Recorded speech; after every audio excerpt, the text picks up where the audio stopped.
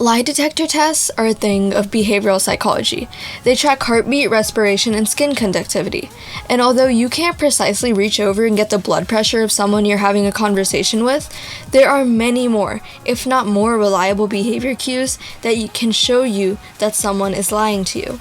And this video is all about that. Number 1, not answering with a yes or no. Oftentimes, when someone is telling a lie for whatever reason, they won't simply answer with yes or no. They'll just start rambling instead of getting to the point. They might talk in circles when being asked a simple yes or no question. That statement isn't true today, as you sit here today, is it? It is true. I pledged the entirety. But you didn't donate it. Unfortunately, you didn't donate it. It's a yes or no. I haven't been able to obligate. Number 2, sudden presence of formal speech.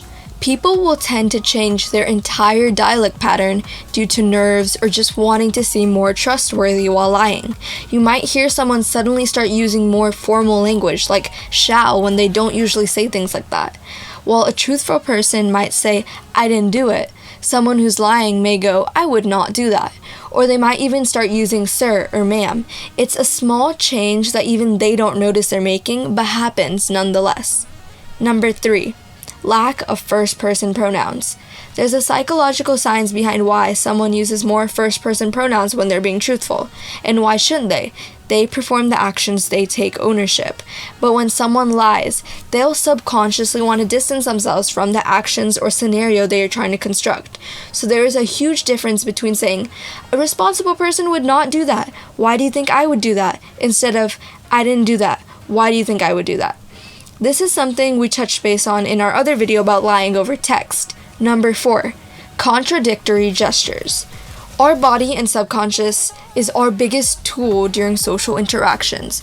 It's the reason why if you met someone from an isolated tribe who spoke a different language and had no access to technology or media, you would still understand the universal symbols of happiness or sadness on them. You would understand the word they use for mother and the gestures they use when they welcome you versus when they don't want to speak with you. Even babies, a little over a few minutes old, can recognize these behaviors that are built within us. When your thoughts and what you're saying contradict, in the sake of lying, for instance, these body language cues can also contradict to what you're saying. For example, if one says, "No, I was not there during the event," but then happens to be nodding their head, then their gestures contradict. Similarly, if someone says something in a strong, confident tone, but then have very weak gestures, they are again contradicting, and therefore they may be lying. If you're enjoying this video so far, please consider subscribing to the Success Bistro. It would be nice to see support and figure out what kind of videos you guys want to watch. The next tip, number 5, microexpressions. When studying deception and social skills, the number 1 tip I have for you is to look over microexpressions. A microexpression is a very brief, involuntary facial expression humans make when experiencing an emotion. They usually last between 0.5 and 4 seconds, and they cannot be faked. These usually happen during people's first reaction to something, and they are very, very quick.